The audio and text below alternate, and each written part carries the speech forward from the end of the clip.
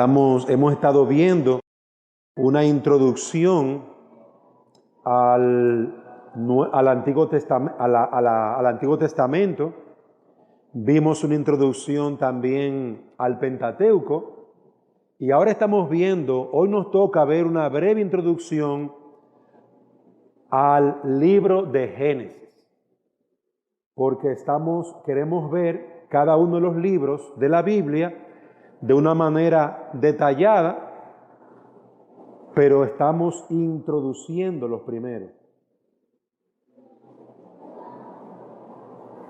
Entonces, vamos a estar viendo hoy una introducción al libro de Génesis.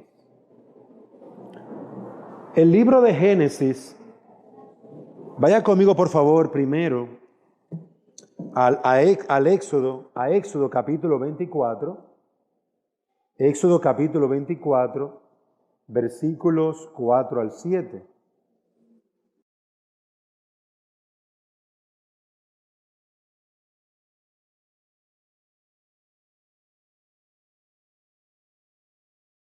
Éxodo 24, versículo 4 al 7.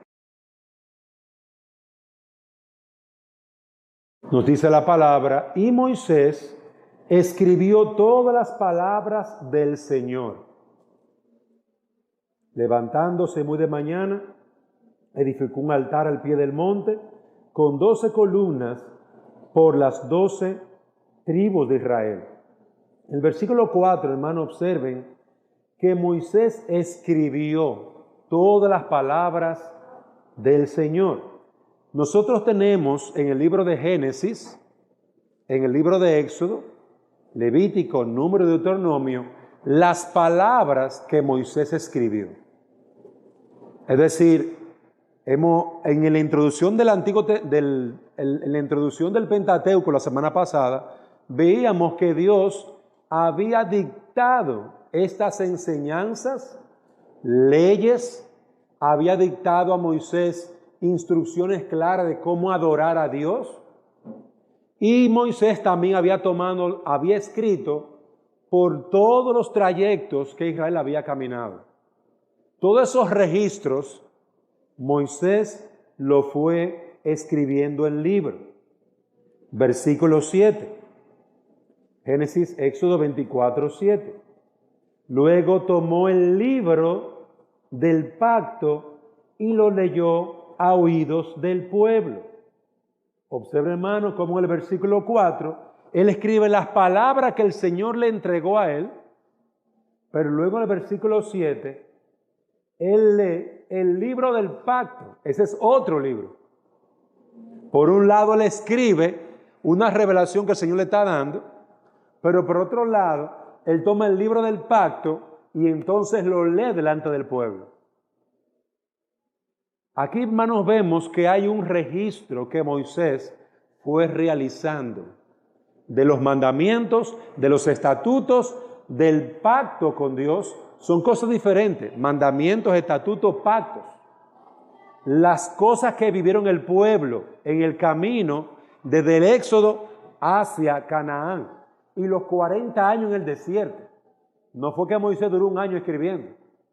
Moisés duró posiblemente más de 41, 42 años escribiendo acontecimientos del día a día, cuando Coré se levantaba en contra de él, cuando Aarón posiblemente hizo el ídolo, las tablas del pacto que Dios les entregó.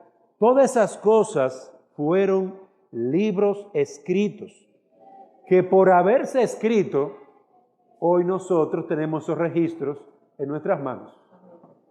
Ese es el punto principal aquí. Entonces, el libro que vamos a estar estudiando es el libro de Génesis. Estaremos viendo una introducción. Y el libro de Génesis, en hebreo, su nombre significa en el principio. El nombre del libro de Génesis está escrito en hebreo, es una escritura un poquito difícil, pero se pronuncia de forma Berish aproximadamente. Eso está en la hojita que les acabé de entregar en la primera parte, la introducción. Berish lo que significa es en el principio. ¿De dónde sale este nombre? Sale básicamente de las primeras palabras con que empieza el libro en el idioma hebreo. Así empieza el libro de Moisés, en el principio, y continúa la narración. Este libro nos habla de Dios como creador y principio, como creador de todas las cosas. Nos habla de Dios como el creador del hombre, nos habla de Dios y cómo Dios trató con el pecado de la humanidad. Es decir, este libro nos trae muchos temas importantes. Vamos, por favor, pon el abanico atrás, que no lo pusimos. Es un libro central y que da identidad a todo, en especial al hombre como imagen y semejanza de Dios. Este es un libro especial, el libro de Génesis, porque es un libro que nos habla del principio de todo. Bueno, y el nombre Génesis, que tenemos en nuestras Biblias, como decíamos la semana pasada, fue tomado de la Septuaginta, que es la traducción de el Antiguo Testamento, de su idioma originales, al griego. Así se llama la Septuaginta. Génesis básicamente lo que significa es origen, principio, el origen de las cosas. Entonces por eso se tomó ese nombre de Génesis. Y como decía, el nombre mismo que tenemos en nuestra Biblia no fue tomado del libro en hebreo, sino del libro de la Septuaginta, el griego. De los idiomas originales se tradujo al griego. El autor del libro es Moisés. Y lo sabemos por las evidencias que los libros, los primeros 5 libros de la Biblia tienen. Como decíamos, estos primeros 5 se llaman en griego Pentateuco, pero en hebreo se llama la Torá o el libro de la ley. Entonces, su autor es Moisés. Por ejemplo, veamos una evidencia en el libro de Josué. Josué capítulo 23, versículo 6. Josué capítulo 23, versículo 6. Nos dice la palabra: esforzaos pues en guardar y en hacer todo lo que está escrito en el libro de la ley de Moisés, para que no os apartéis de ella ni a la derecha ni a la izquierda. Aquí el libro de la ley se está refiriendo a la Torá. Aquí se está refiriendo a los 5 libros que Moisés había escrito: Génesis, Éxodo, Levítico, Número y Deuteronomio. Mantente leyendo continuamente el libro de la ley y observen de quién. ¿De quién? De Moisés, dice el nombre. El autor es Moisés. Si usted echa un poquito para atrás a Josué capítulo 1,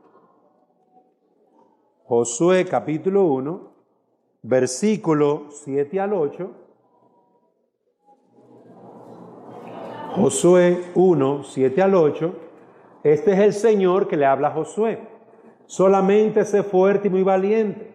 Cuídate de cumplir toda la ley que Moisés mi siervo te mandó. No te desvíes de ella ni a la derecha ni a la izquierda, para que tengas éxito donde quiera que vayas. Este libro de la ley no se apartará de tu boca, sino que meditarás en él día y noche, para que cuides de hacer todo lo que en él está escrito, porque entonces harás prosperar tu camino y tendrás éxito. El libro de la ley que Moisés mi siervo te mandó. Es decir, las mismas instrucciones que el Señor entregó a Moisés son las que Moisés escribió y se las entregó al pueblo de Israel. No en un libro, sino en 5 tomos. Génesis, Éxodo, Levítico, Número, Deuteronomio. Y aquí la palabra utilizada es Torá, para que se entienda que son esos 5 libros que forman la ley. Uno dirá, si uno lo lee en español, dice, pero ahí dice el libro, es como que está en singular. Pero usted no puede llevarse del español. Tenemos que ver lo que significa la palabra ley en el idioma hebreo, que es la palabra original. La palabra Torah, que es ley allí, se refiere a los 5 libros escritos por Moisés. Cuando tomaban los libros de Moisés en el Antiguo Testamento, el pueblo de Israel no tenía divisiones, ni que Génesis, Éxodo, no había divisiones. Eran un grupo de pergamino con todo allí, desde Génesis hasta Deuteronomio, pero sin divisiones. No tenía ni versículos. No había esa división de capítulo tampoco. Entonces, a eso se refiere. Y el texto que leímos también al principio de Éxodo 24 es otra evidencia interna donde se muestra que Moisés es el autor. Éxodo 24, versículos 4 y 7, donde Moisés escribe lo que el Señor le dictaba. Entonces, aquí, hermanos, podemos ver las evidencias internas, pero también el Señor Jesucristo, en Juan 7:19, señala a Moisés como el autor de la ley. Juan 7:19. ¿No os dio Moisés la ley, la Torá? ¿No os dio Moisés la Torá y ninguno de vosotros cumple la ley? Es decir, que el mismo Señor Jesucristo señala a Moisés como el dador, como el escritor de esa ley. Obviamente ha sido Dios que inspiró a Moisés. Moisés escribió todas las palabras del Señor. Éxodo 24:4. No fueron sus propias palabras, fueron las palabras del Señor. Éxodo 24:4. Inspirado por el Espíritu de Dios, Moisés escribe, igual que los profetas, igual que los apóstoles, inspirados por el Espíritu del Señor. Entonces, lo mismo encontramos en otros pasajes como Romanos 10:5, el apóstol Pablo. Romanos 10:5, porque de la justicia que es por la ley, Moisés escribe así. Oye, ¿cómo dice el apóstol Pablo? La justicia que por la ley, la Torá, Moisés escribe así. Y entonces él lee lo que Moisés escribió. El hombre que haga estas cosas vivirá por ellas. Él cita Deuteronomio. Pablo cita Deuteronomio, un escrito de Moisés. Entonces observen cómo en el Antiguo Testamento y en el Nuevo Testamento se señala a Moisés como el escritor de la Torá, de los 5 libros del Pentateuco. Veamos ahora la fecha y lugar de narración. Los lugares en que se desarrolla la narración de Moisés. Es decir, me estoy refiriendo a los lugares que él cita, del cual él habla en sus libros. En primer lugar, nosotros vamos a encontrar que en Génesis 1 al 11, Moisés habla de Mesopotamia como un lugar en el cual Dios hizo posible el Edén, donde Dios formó el Edén, Mesopotamia. Hoy en día no tenemos exactamente el lugar, pero se piensa que es donde está Irak. Esa área de Mesopotamia es donde está Irak. Eso es lo que se piensa. No tenemos eso bien claro, pero sí se sabe que fue Mesopotamia.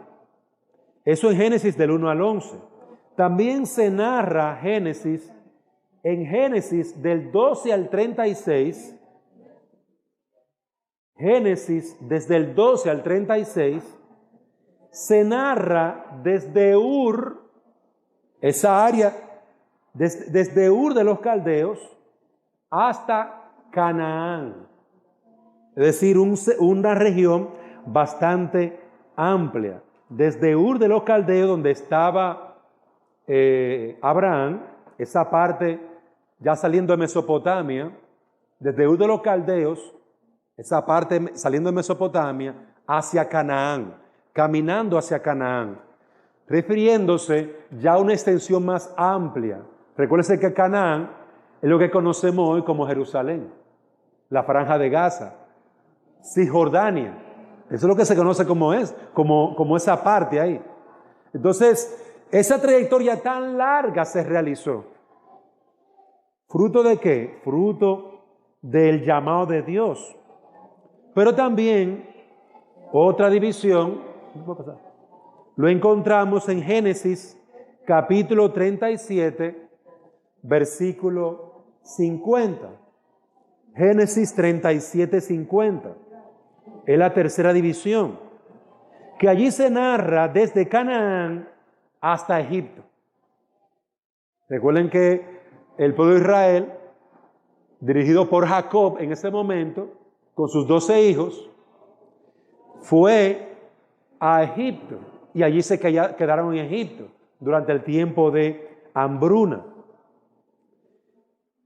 Hermanos, la narración desde el momento de la creación hasta llegar a Egipto se estima, porque es una estimación donde Moisés está narrando aproximadamente 2000 años.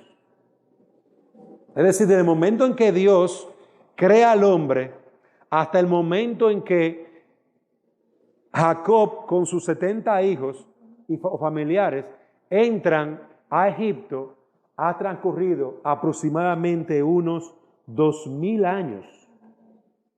Estos son estimaciones, porque Génesis se escribió no según la importancia, no de forma cronológica, como por una fecha, de tal fecha, tal fecha, de tal fecha, tal fecha. Génesis no se escribió así, sino por la importancia de los hechos y de sus personajes. Pero usted ve que hay saltos donde Dios crea a Adán y a Eva. Luego aparece Caín y Abel. Luego da un salto grande a otros hijos de Adán, pero se pierde de vista que hubieron una generación en medio de esos saltos. Caín fundó naciones, Caín tuvo muchos hijos.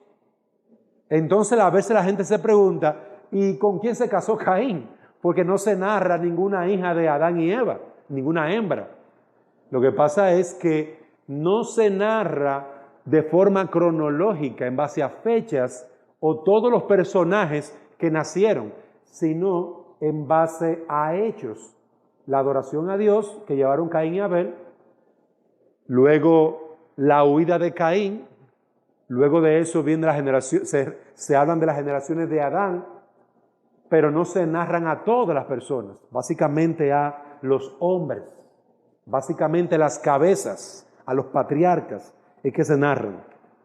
Por eso hay muchas fechas que no se toman en cuenta.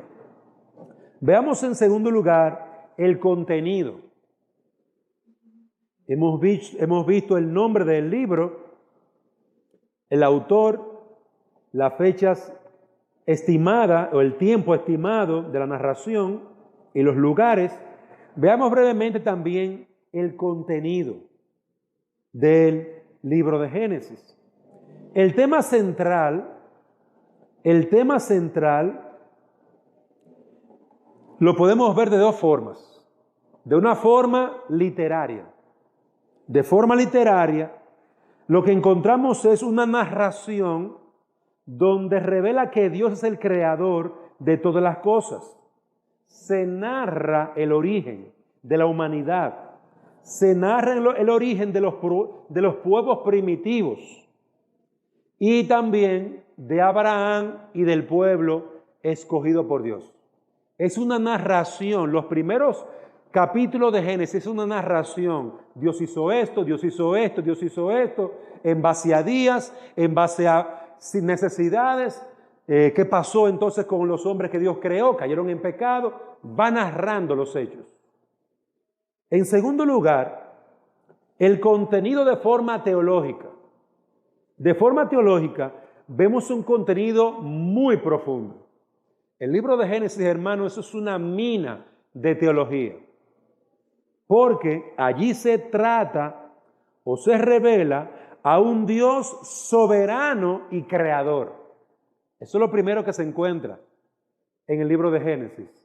Un Dios que soberanamente, sin que nadie lo mueva a hacer nada, libremente manda, establece, divide, crea, hace la creación, luego ordena la creación, luego divide el cielo de la expansión, divide, comienza a nombrar. Es un Dios soberano que encontramos en el libro de Génesis y creador. Y es solamente a Dios que se le aplica una palabra muy interesante, y es la palabra bara. Obviamente es una palabra en hebreo que lo señala a Él como el creador. Solamente a Dios, en el libro de Génesis, se señala a Dios como el único que es el creador. Bara, esa palabra se utiliza frecuentemente. Creó Dios, creó Dios. Ahora, otra cosa importante de forma teológica es que Dios crea por su palabra. Dios crea por su palabra, establece su voluntad y por su palabra y su voluntad las cosas son hechas. Un tercer elemento en cuanto a la teología del contenido de Génesis es que Dios es el Redentor, quien promete un Salvador. Es decir, el Salvador viene de Él. El Salvador es revelado por Dios mismo al primer hombre, a la primera mujer. También Dios trata con la caída del hombre. Y este es otro punto teológico. La caída del hombre en el pecado. El hombre cae en el pecado. Dios juzga el pecado. Usted puede ver ahí a Dios como juez, estableciendo reglas, pero también condenando al pecador o a los pecadores. En cuarto lugar, encontramos la elección de Dios de un pueblo y su redención. Es decir, Dios eligiendo a un hombre o llamando a un hombre, a Abraham, y a través de Abraham a una descendencia de la cual vendría el Salvador. En todo esto vemos enseñanzas teológicas que se amplían abundantemente en el Nuevo Testamento. Usted va, por ejemplo, a la carta de Pablo a los Romanos, y Pablo toma el tema del pecado de Génesis y lo amplía para hablar de la condición espiritual en la que todo hombre y mujer se encuentran delante de Dios. Igualmente el apóstol Juan capítulo 1, habla de la gran necesidad de la humanidad. La necesidad de la humanidad es que está en oscuridad y la luz vino al mundo. Es decir, Dios viene al mundo como la luz de los hombres. Entonces, cada una de esas enseñanzas teológicas que Génesis inicia, la coloca como si fueran semillas de teología, se amplía abundantemente en el libro, en el Nuevo Testamento. Veamos dentro del contenido el bosquejo. Allí yo dejé en sus hojitas un bosquejo. El bosquejo es una breve división y yo tengo aquí dos formas de bosquejo. El primero dice, Dios es el creador y el soberano. Eso lo vemos de Génesis capítulo 1 y capítulo 2. En segundo lugar, Dios juzga al hombre por su caída en pecado. Permítame, por causa del tiempo, yo voy a ver el bosquejo y abajo, en el resumen, que usted tiene, bueno, no, usted no lo tiene, pero yo lo tengo aquí, yo voy a estar explicando este bosquejo punto por punto. Voy a empezar con el primer punto. Dios es el creador y el soberano. Ese es el primer punto. En esa primera parte, en esa primera parte se narra cómo Dios crea de forma soberana, y hay una palabra importante. Dios crea de forma soberana ex nihilo. La palabra ex nihilo, es una palabra hebrea, en latín, que significa de la nada. Dios crea de la nada todas las cosas. Solamente por su palabra, Él crea. Es decir, que sin haber ninguna sustancia, sin haber ninguna materia, sin haber ninguna célula, de la nada, Dios crea las cosas. Esa palabra ex nihilo, eso es lo que representa. Dios solamente usa su palabra. Dijo Dios, sea la luz. Cuando Dios dijo, sea la luz, su palabra fue el motor creador. Su palabra fue el motor de vida. Génesis 1, eso es lo que nos dice. Génesis 1, versículo 1 y 2.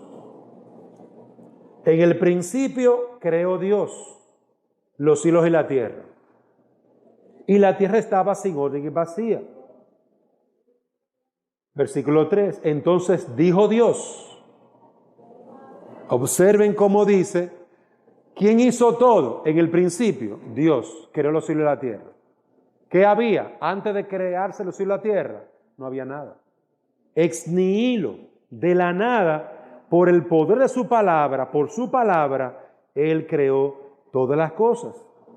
Esta creación incluye al hombre, a su imagen y semejanza, dotándolo de autoridad para señorear. Pero Dios, como su Señor, le ordena a no comer del árbol del bien y del mal, con una sentencia de muerte si desobedece.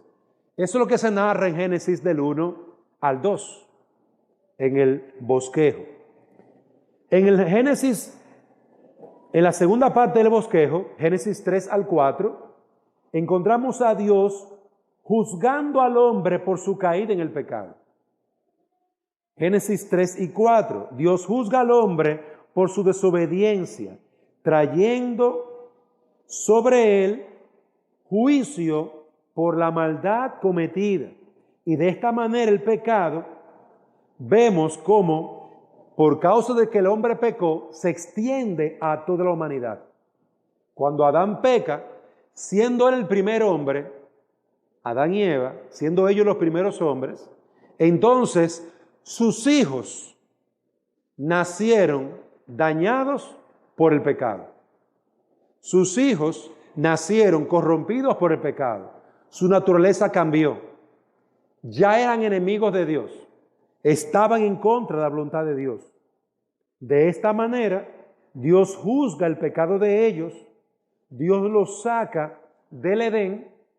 Y luego vemos cómo esa maldad que Adán y Eva realizaron al desobedecer a Dios, se extendió a sus hijos. Porque inmediatamente vemos en Génesis capítulo 4 que Caín mata a su hermano. Luego de haber adorado a Dios. Van a adorar a Dios. Caín presenta una ofrenda que a Dios no le agrada. Y entonces Caín se siente mal porque Dios no acepta su ofrenda. y Caín termina matando a su hermano. Ahí podemos ver la semilla del pecado en Caín, fruto de ¿qué? Del pecado de sus padres. A partir de allí encontramos en el capítulo 5 de Génesis la genealogía de Adán y Eva. La genealogía de Adán. Y ahí empieza a verse la realidad del pecado y cómo afectó a todos sus hijos, incluyéndonos a nosotros, hasta el día de hoy. Génesis capítulo 6 al 11, tercer punto del bosquejo. Dios juzga el pecado en toda la humanidad.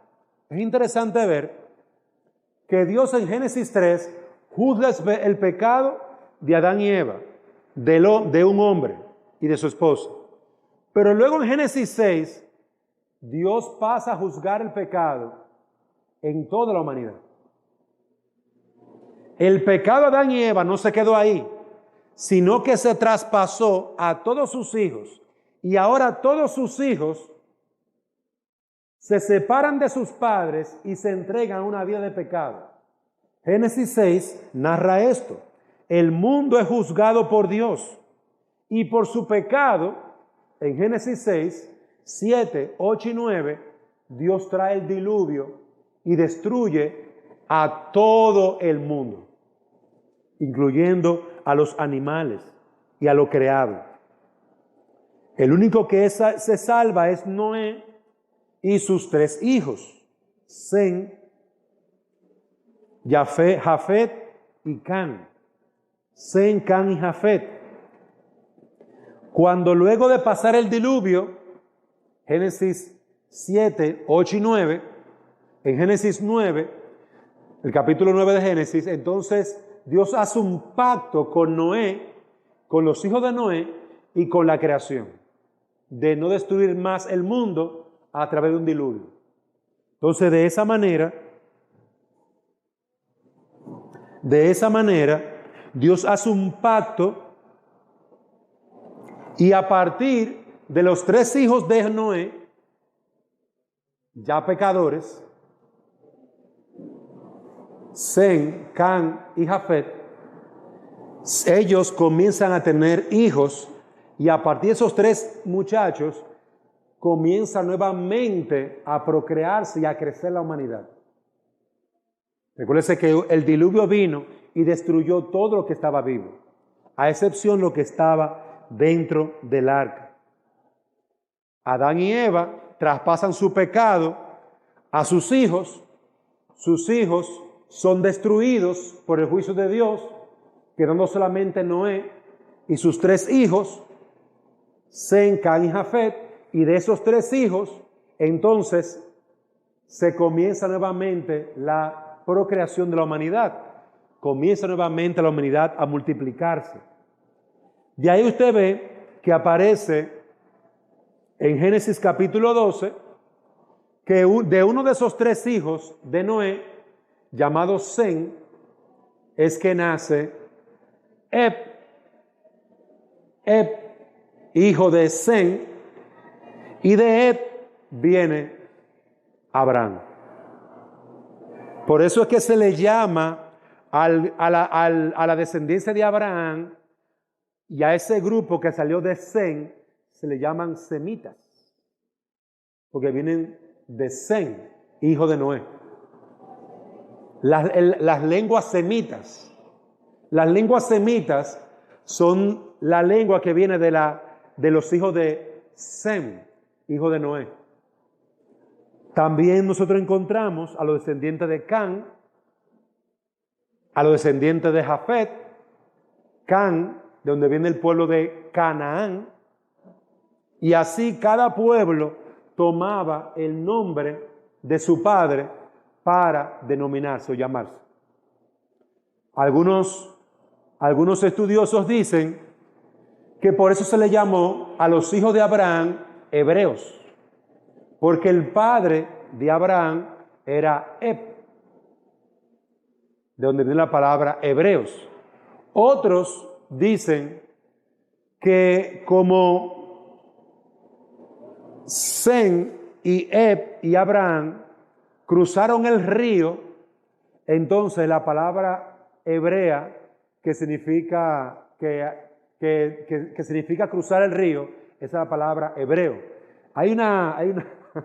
Están en esos estudios, a ver, pero obviamente esas dos ideas son de las más cercanas. La palabra hebreo es alguien que cruza el río, significa eso. Uno que cruzó el río, o los hijos que cruzaron el río. Pero también tiene mucha afinidad con el nombre del hijo de Sem, llamado Eb. Entonces, amados hermanos, encontramos estas 4 divisiones. Me faltó una, bueno, ya estaba terminando esa parte ahí, de Génesis 12:50, donde viene Abraham, y de Abraham viene ya Isaac, Jacob y las 12 tribus, que son los patriarcas. Entonces, desde Génesis 12 al 50, se narra la vida de Abraham hasta que Jacob entra a Egipto, desde Génesis 12 al 50. Ese bosquejo es uno que yo preparé, básicamente la división de lo que he visto en el libro de Génesis. Pero hay otra división interesante que otros autores utilizan y le ponen el nombre de Toledot. La palabra Toledot lo que significa es generaciones o descendencia. Generaciones, descendencia u origen. Toledot es una división que también tú la puedes ver en el mismo libro de Génesis, donde usted encuentra que empieza diciendo, esta historia es la familia de, y comienza a narrar. Toledot, esta historia es la generación de Adán. Por ejemplo, Génesis capítulo 5. Génesis capítulo 5, lo voy a leer para que usted vea. Miren cómo dice. Este es el libro de las generaciones. La palabra es Toledot. Este es el libro de las generaciones de Adán. Pero en Génesis 6, versículo 9, dice, estas son las generaciones de Noé. Y ahí narra las generaciones de Noé y lo que pasó a partir de esas generaciones. En el Génesis capítulo 10, versículo 1, estas son las generaciones de Sem, Can y Jafet. Y luego que dice que da sus genealogías, sus hijos, la lista de hijos, entonces comienza a hablar que qué pasó con esos hijos. Y así usted lo va a encontrar 10 generaciones. Generación de Adán, generación de Noé, generación de los hijos de Noé, y así fue narrándose sobre cada generación. Esa es otra división del libro de Génesis. Entonces, amados hermanos, de esta manera yo voy a detener esta introducción al libro de Génesis. Hasta aquí nosotros vimos, en primer lugar, el origen del libro de Génesis en su nombre, en su autor, fechas y lugares, y el contenido, tanto teológico como de forma literal, una narración literal. Ahora, vimos también un bosquejo de este libro, un bosquejo que lo podemos ver en base a lo narrado, a la narración, pero también hay un bosquejo, el Toledot, en base a la división de las generaciones que ha habido desde Adán. Entonces, amados hermanos, yo quise introducir de esta manera porque hay muchos detalles importantes en el libro de Génesis que son importantes para nosotros entender más adelante lo que dice el Nuevo Testamento. Cuando se habla de las generaciones, se está hablando de los hijos. Y si usted empieza a leer Mateo capítulo 1, lo primero que va a encontrar son las generaciones del Señor Jesucristo. Y lo lleva hasta Adán. Es decir, que estas genealogías que Moisés escribió son muy importantes para que nosotros entendamos de dónde viene la promesa del Salvador y su cumplimiento. Por eso es que en el libro de Génesis, el libro de Números, libro de Crónicas, usted va a encontrar genealogías. Estas son las generaciones de, estas son las generaciones de. Por ejemplo, estas son las generaciones de Dante, hijo de Dante Paz, Aniel, Ebenezer, y así los hijos de ellos, los hijos de Aniel, Rafael, María, los hijos de Ebenezer, y así esos árboles genealógicos, hermanos, se conectan, se van conectando, y así usted también tiene su propio árbol genealógico. Nosotros le llamamos árbol genealógico, genealogía, generaciones, orígenes. Y eso es lo que hace Génesis. Mantiene las generaciones para que se entienda de dónde venimos y cómo esto se hizo posible. Y queridos hermanos, para mí esto también tiene mucha importancia porque usted no va a encontrar esas genealogías en el Big Bang. Usted no va a encontrar esas genealogías en el hombre que viene del mono o que viene del cerdo, un puerco que hay por ahí.